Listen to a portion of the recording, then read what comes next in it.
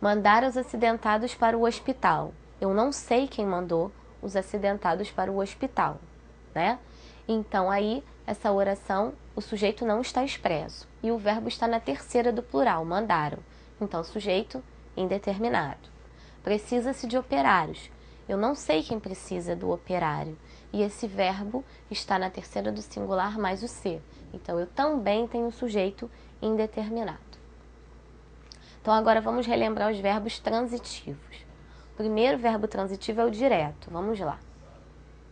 Verbo transitivo direto, então, é quando a ação transita diretamente para o complemento, não exigindo preposição.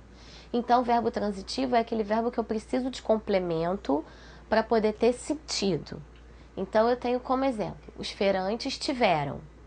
Tiveram, eu preciso ter o quê, né? Eu preciso ter um complemento para o tiveram. Eu não posso parar apenas no os feirantes tiveram, né? Eu preciso ter aí uma informação a mais, um complemento para poder ter uma ideia completa. Então, eu preciso do lucro como complemento do verbo tiveram. E ali, entre o verbo e o meu complemento, eu não tenho nenhuma preposição. Então, eu dei um nome para esse verbo de verbo transitivo direto. Preciso de complemento, mas não tenho preposição.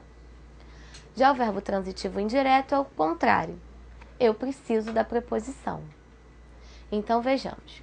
A ação transita indiretamente para o complemento por meio de preposição. Exemplo. Eu não concordo com você. Agora eu tenho o verbo concordo, né? Esse verbo precisa de complemento. Não dá para apenas falar eu não concordo, né? Concordo com quem? Concordo com o quê? Então, eu preciso ter complemento, com você, né? E entre o verbo e esse complemento, eu tenho uma preposição, que é o com.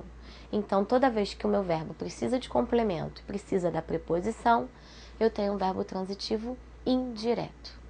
Continuando, vamos relembrar, então, verbo transitivo direto e indireto, né? Então, aqui o verbo transitivo direto e indireto vai ser quando a ação contida no verbo transita para o complemento direta e indiretamente ao mesmo tempo. Agora, ao mesmo tempo. Então, eu tenho um exemplo. As crianças receberam elogios de seus pais. Se eu apenas falasse as crianças receberam, esse verbo não tem um sentido completo. Porque recebe alguma coisa, elogios, e recebe alguma coisa de alguém, de seus pais. Então, eu tenho dois complementos, né? Eu tenho elogios, que é um complemento direto, porque não tem preposição, e de seus pais, que vai ser aí um complemento indireto, porque eu tenho a preposição de. Então, como esse verbo tem dois complementos, ele vai ser transitivo direto e indireto ao mesmo tempo. Então, visto isso, né, já relembramos alguns conteúdos necessários para a aula de hoje, vamos à aula.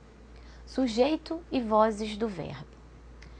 Em relação à ação expressa pelo verbo, o sujeito pode aparecer como agente, paciente e agente e paciente, aí ao mesmo tempo, da ação verbal.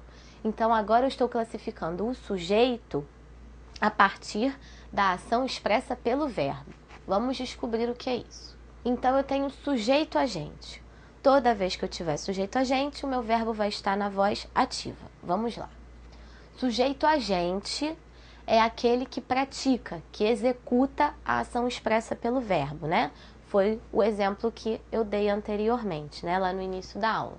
Quando o professor está falando e nós estamos apenas ouvindo, eu estou sendo o paciente e o professor o agente, né? Ele que está executando ali a ação. Então, quando o meu sujeito pratica, executa a ação expressa pelo verbo, ele é o sujeito agente. E o verbo vai estar sempre na voz ativa. Então, vamos ao exemplo. O menino quebrou o copo. Quem quebrou o copo, né?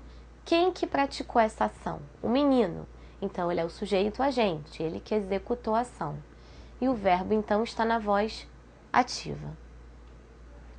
Quando o sujeito é agente, o verbo se encontra na voz ativa. Então, toda vez que o meu sujeito praticar a ação, ele vai ser sujeito agente e o meu verbo sempre vai estar na voz ativa.